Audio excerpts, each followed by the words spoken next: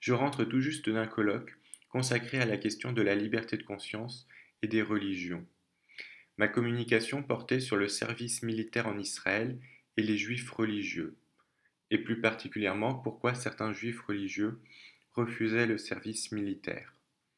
Alors pour moi c'est un sujet un peu nouveau, puisque toutes mes communications précédentes lors des colloques universitaires portaient sur un autre thème qui était celui du sionisme chrétien, plus ou moins directement d'ailleurs, puisque ce thème du sionisme chrétien est lié à ma thèse que je prépare actuellement sur le dispensationalisme.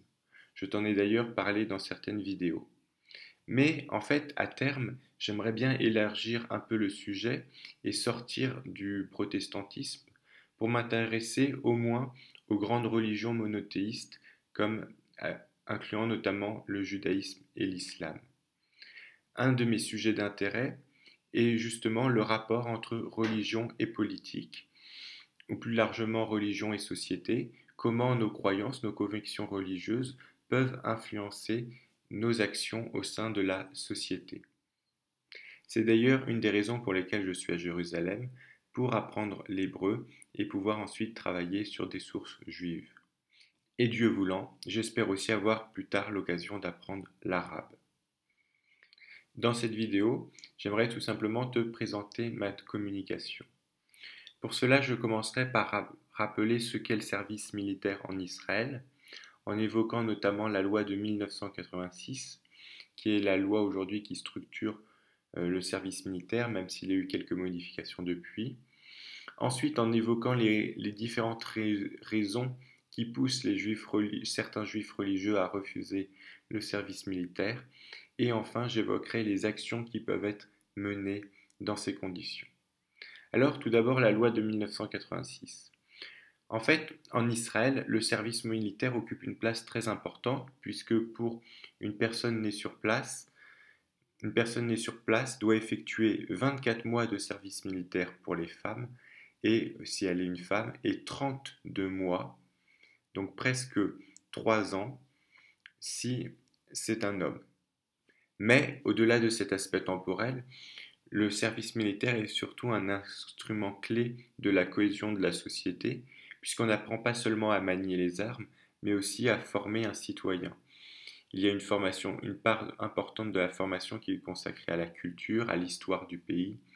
On profite de cette période de service militaire pour visiter des places importantes, des lieux symboliques. Et en fait, pour certains, c'est en quelque sorte ce qui transforme le juif en israélien.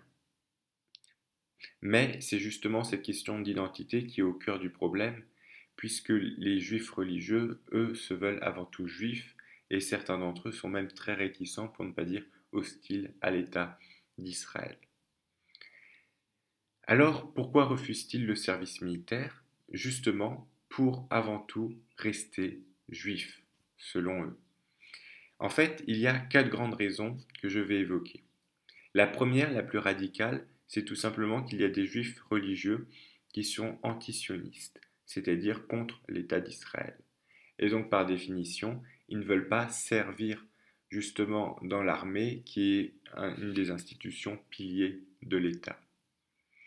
Deuxièmement, on trouve des juifs religieux qui ne sont pas antisionistes, qui au contraire soutiennent l'État, mais qui considèrent que le service militaire est une perte de temps, car pour les juifs religieux, il faut mieux étudier dans les yeshivot que de servir à l'armée. Troisièmement, il y a des juifs religieux qui considèrent que l'armée véhicule une atmosphère profane, dangereuse pour la religion. En envoyant les jeunes hommes à l'armée, on risque de les éloigner de la religion. Enfin, quatrièmement, et cette idée est partagée cette fois-ci par tous les juifs religieux, quel que soit leur positionnement politique, le service militaire est incompatible avec la féminité. Il ne faut pas envoyer de femmes dans l'armée. Et on va le voir, la loi intègre prend en compte cela. Alors commençons tout d'abord par la première objection, les juifs religieux qui sont antisionistes. C'est un sujet assez important et je pense que je ferai une vidéo spécifiquement là-dessus, mais ici je vais simplement rappeler quelques points importants. Il faut tout d'abord se souvenir que le sionisme, donc qui est la volonté de créer un État pour les Juifs, un État autonome pour les Juifs, est avant tout issu de milieux sécularisés, c'est-à-dire a été créé par des Juifs non religieux, même si dès le départ, certains rabbins ont soutenu ce mouvement. La plupart des rabbins étaient cependant opposés à ce mouvement, et ce n'est qu'après la Seconde Guerre mondiale et la création de l'État d'Israël que les proportions dans le monde orthodoxe se sont peu à peu inversées. Et aujourd'hui, la majorité des Juifs orthodoxes soutiennent le sionisme. Toutefois, il faut bien distinguer ici le monde orthodoxe du monde ultra-orthodoxe. Au sein du monde ultra-orthodoxe, on trouve le monde ultra-orthodoxe a plutôt en fait conservé la position de leurs ancêtres et sont encore très réticents, pour ne pas dire hostiles, au sionisme. Les grandes dynasties, plusieurs grandes dynasties ultra-orthodoxes se sont positionnées contre le sionisme. L'ouvrage le plus connu sur le sujet et peut-être le plus important a été écrit par le Rébé de Setmar, donc c'est le dirigeant de la dynastie de Satmar, et s'intitule Vayoel Moshe. Dans cet ouvrage, le rabbin Teitelbaum, c'est son nom, expose les raisons pour lesquelles il est opposé, les raisons religieuses pour lesquelles il est opposé au sionisme. Et il développe notamment la théorie des 3 serments. Se basant sur un passage du Talmud tiré du traité Ketubot 111a, il estime en fait que Dieu a imposé 3 serments. Je vais te lire ce passage et ensuite je vais te le commenter. Rabbi Yossi ben Hanina disait: à quoi correspondent les 3 adjurations ou serments? La première vaut pour que les Israélites n'aillent pas en Palestine collectivement. Par la seconde, le Saint béni soit-il recommande au peuple d'Israël de ne pas se rebeller contre les nations. Par la troisième, il recommande aux nations de ne pas servir à l'excès le peuple d'Israël. Talmud de Babylone, Ketubot 111a. Donc, partant de ce texte, le Rébé de Satmar estime qu'il ne faut pas que les Juifs tentent de reconstruire leur État et de revenir en Palestine par la force. Il faut en fait attendre le retour du Messie, et seul le Messie pourra reconstruire un État juif et restaurer l'ancien royaume d'Israël. Pour eux, le sionisme est donc mauvais pour 2 raisons. La première, c'est qu'il essaye de forcer la main de Dieu au lieu d'attendre son action. Et la seconde, c'est bien sûr que l'État d'Israël est aujourd'hui un État laïque, c'est-à-dire un État qui ne suit pas les lois de la Torah, et au contraire qui autorise des choses formellement interdites. Par exemple, Tel Aviv est peut-être la grande capitale LGBT du Moyen-Orient, ce qui pour eux est une abomination complète. Et donc tous ces juifs, en fait, préféreraient largement vivre sous un pouvoir étranger, et même, pourquoi pas, un pouvoir musulman qui imposerait des règles morales plus strictes. Et donc ils rejettent complètement l'État d'Israël. C'est pour cette raison qu'ils refusent le service militaire. Toutefois, précisons que cette position est de plus en plus marginalisée et aujourd'hui est restreinte à certains groupes du monde ultra-orthodoxe, mais on peut dire a pratiquement disparu du monde orthodoxe. Et même au sein du monde ultra-orthodoxe, elle commence à être en recul. La deuxième raison concerne cette fois-ci des juifs religieux qui soutiennent l'État d'Israël, mais qui estiment en fait en quelque sorte que le service militaire est une perte de temps. Pour eux, l'idéal d'un juif, c'est d'étudier toute la journée dans les écoles talmudiques que l'on appelle les yeshivot.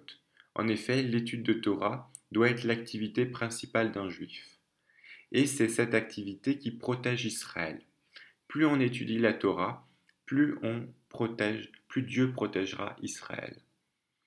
Cependant, ils sont bien conscients que tous les juifs ne peuvent pas faire cela, et que seule l'élite peut vraiment se consacrer à ces études. C'est pour cela qu'ils acceptent que d'autres juifs aient un emploi séculier et notamment puissent faire le service militaire.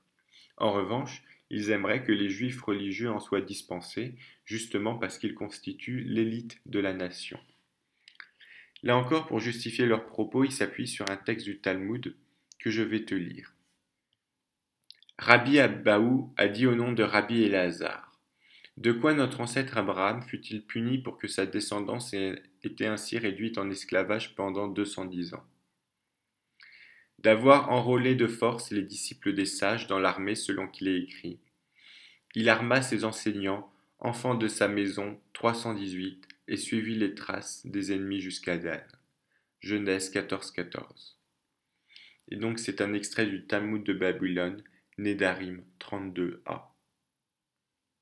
Ce passage du Talmud fait référence en fait à deux récits bibliques qui sont reliés entre eux. Le premier se trouve dans Genèse 14. C'est quand Abraham doit délivrer Lot, son neveu, qui a été capturé par des rois et qui a été fait prisonnier lors d'une guerre. Pour cela, il va armer ses serviteurs et aller le délivrer. Et le second épisode est l'exil en Égypte qui, dans la tradition juive, a duré 210 ans. Je t'ai expliqué pourquoi dans une autre vidéo. Eh bien, pour ce Rabbi Éléazar, ces épisodes sont liés. En fait, l'exil en Égypte est une punition infligée par Dieu à Abraham pour avoir empêché ses 300 serviteurs d'étudier la Torah pendant une seule nuit.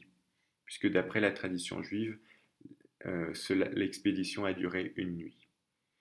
Ici, on a un bon exemple d'hyperbole rabbinique, c'est-à-dire on voit comment les rabbins exagèrent un point, mais leur but est de faire ressortir une vérité. Et ici, cette vérité qui ressort, c'est l'importance de l'étude de Torah. Il n'y a rien de plus important que l'étude de Torah, et par conséquent, il ne faut absolument pas enrôler les jeunes hommes qui étudient la Torah à l'armée, car sinon ils ne peuvent plus étudier la Torah. On a donc ici la deuxième objection, le service à l'armée est une perte de temps pour ceux qui étudient la Torah. Il est bon seulement pour les juifs qui n'arrivent pas à étudier la Torah. La troisième objection concerne l'atmosphère profane de l'armée. Beaucoup de juifs religieux ont peur que l'ambiance de l'armée détourne les jeunes hommes de la religion. Et il est vrai qu'historiquement, l'armée a été, comme dans d'autres pays, un bastion laïque et qui a très souvent été anti-religieux. On peut donc tout à fait comprendre cette remarque. Mais justement, l'armée essaye de résoudre ce problème en créant des unités religieuses. C'est le cas par exemple du Nahal Haredi qui a été fondé en 1999. Il y a aussi maintenant des yeshivas qui combinent l'étude de Torah et l'engagement à l'armée, ou encore des programmes spéciaux qui permettent aux jeunes hommes de s'enrôler tout en respectant leurs obligations religieuses. C'est donc un point qui est mis en avant, mais qui peut facilement être résolu, plus facilement en tout cas que les autres. Enfin, le quatrième et dernier point, les juifs religieux, et cette fois-ci qu'ils soient sionistes, antisionistes, tous estiment que l'armée est incompatible avec la féminité. On ne peut pas être une femme et porter des armes. Cette objection est tellement fondamentale qu'elle est prise en compte dans la loi de 1986. Je vais te lire un extrait de cette loi. Une femme désignée pour le service de défense qui déclare par écrit devant un shofet, c'est-à-dire un juge civil, ou un dayan, un juge rabbinique, que des raisons religieuses l'empêchent de servir dans le service de défense, et qu'elle observe les lois alimentaires à la maison et à l'extérieur de la maison, et qu'elle ne se déplace pas en véhicule durant le Shabbat, doit être exemptée du service de défense. On voit donc que la loi prévoit explicitement une exemption religieuse pour les femmes. Une femme qui se déclare religieuse, et cela se prouve par un certificat décerné par un juge, qu'il soit civil ou rabbinique, doit être exemptée de l'armée. Les deux critères retenus sont le respect des lois alimentaires et le fait de ne pas se déplacer en véhicule durant Shabbat. Ce point est particulièrement intéressant car tout récemment la Cour suprême israélienne a déclaré que les exemptions religieuses étaient contraires aux lois fondamentales de l'État, car elles remettaient en cause l'égalité entre les citoyens. Si vraiment on poussait cette logique au bout, il faudrait aussi suspendre cette clause pour les femmes, puisque les femmes non religieuses doivent servir à l'armée. Il n'y a donc pas de raison que les femmes religieuses ne servent pas. Mais cela est tellement important et tellement inenvisageable que les juges et les politiques n'envisagent pas une telle remise en question, puisque dans ce cas-là, ils s'aliéneraient l'ensemble des juifs religieux, y compris des juifs religieux les plus sionistes, car même pour eux, il est strictement inenvisageable qu'une femme puisse servir dans l'armée. Maintenant, venons-en aux actions menées. Comme je viens de le dire, tout récemment, la Cour suprême israélienne a porté un changement important, puisqu'elle estime que les lois qui étaient jusque-là votées pour exempter les juifs religieux du service de l'armée sont contraires aux lois fondamentales. Et donc, il y a désormais des circonscriptions forcées des juifs religieux. Mais cela crée de gros conflits et beaucoup d'entre eux manifestent, parfois même très violemment. Ainsi, tout récemment, quelques juifs religieux ont tenté de mettre le feu au centre de recrutement militaire de Jérusalem. Plus souvent, ils organisent des manifestations dans la ville, des fois bloquent par exemple le tramway. Or, il faut savoir qu'à Jérusalem, il n'y a qu'un seul tramway.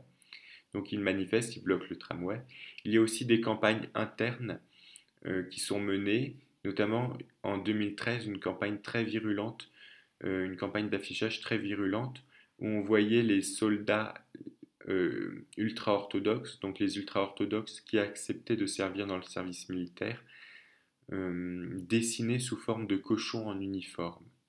Et donc cela a suscité une polémique importante, puisque les juifs laïcs considéraient cette campagne antisémite et considéraient que cette campagne rappelait la propagande nazie. Et d'ailleurs, les initiateurs de cette campagne ont été finalement arrêtés.